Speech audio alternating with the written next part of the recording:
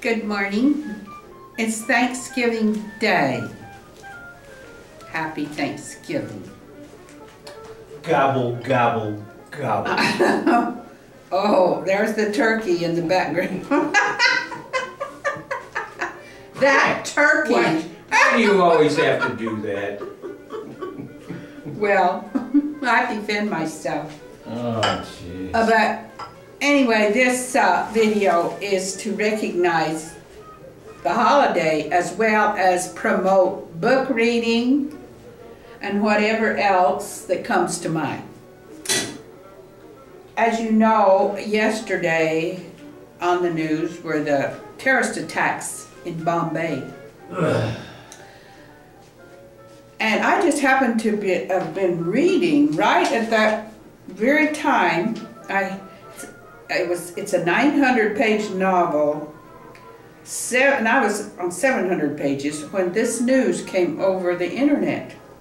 The name of the novel is, I don't know quite how to pronounce it, Shantaram, or Shantarum.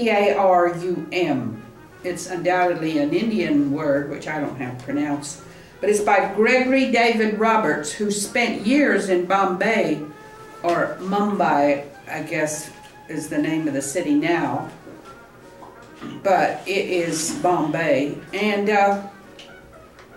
he describes in detail some of these places that came over the news, like the Taj Mahal 5-star luxury hotel, where American and British tourists were rounded up and either killed or taken hostage. And he also describes the Leopold's Cafe, where a lot of the action in the novel takes place. Now, the novel is about a fugitive from Australia's maximum security prison system. And this author escaped and found refuge in Bombay for a number of years before he was finally caught and returned. So the people of India, he felt, embraced him and allowed him to live as a fugitive in that country where like 200, in that city where like 200 languages are spoken. Oh. 200, imagine. I didn't really mean to. And he also lived in the slum, the worst slum in the city. And he acted as kind of a doctor there with his expertise.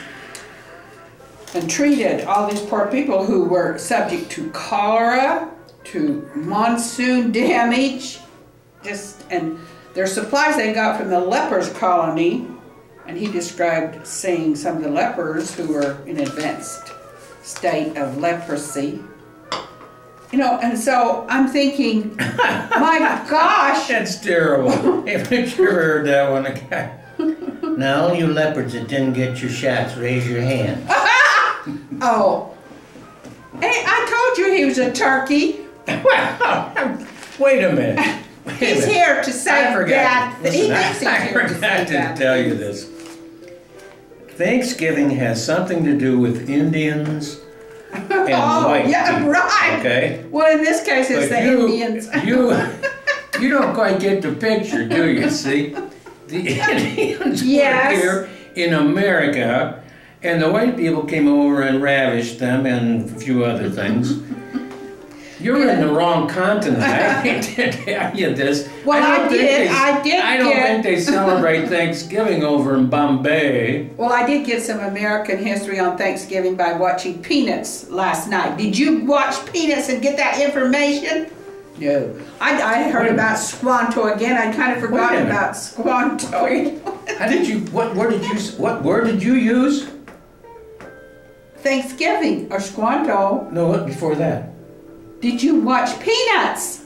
Oh, I thought you said something else. Oh, God.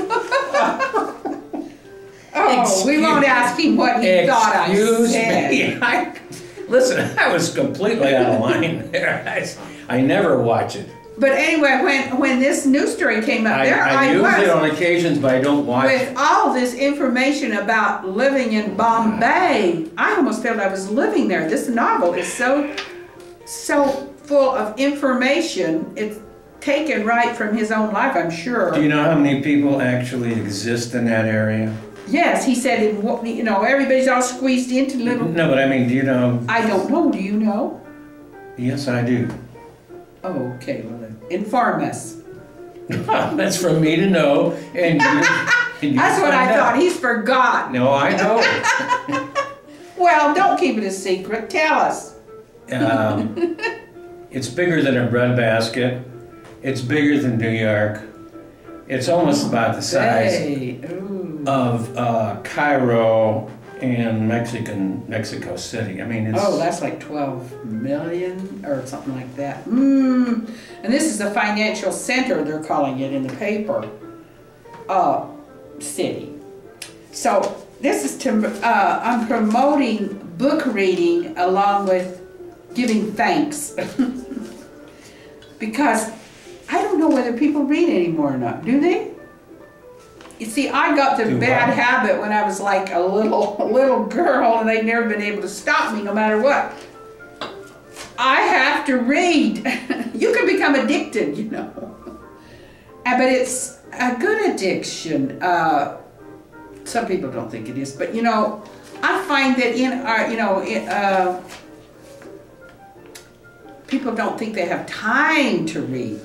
Well, as far as I'm concerned, they don't have. They can't afford not to read. The way I look at it, and the way I've had most of my life, is I've never had a commute. Having my own businesses or being involved in independent agents or independent contractor, I did not like to get into these long lines of traffic every morning that you see in this. Don't tell us where to live, okay? No. But I think that if we could just get people to read more while they're driving, they would not get road rage. They would, oh, yes. They would hit the car in front of them on a regular basis. They get off the cell phone thing, okay? And get off doing their makeup, if the females do. I'd rather have people... And get off eating lunch. I once got a letter from my nurse sister, who's very busy, and she said, I wrote this while I was driving. And I said, please! I wrote back and said, please don't write me any more letters. Even if you never might write me another letter. Don't write any letters while you're driving! No, I don't recommend reading while driving. I'm sorry. Well, it sounded like a good idea at the time. We have enough mayhem on the highway. All right, wonder how if that's...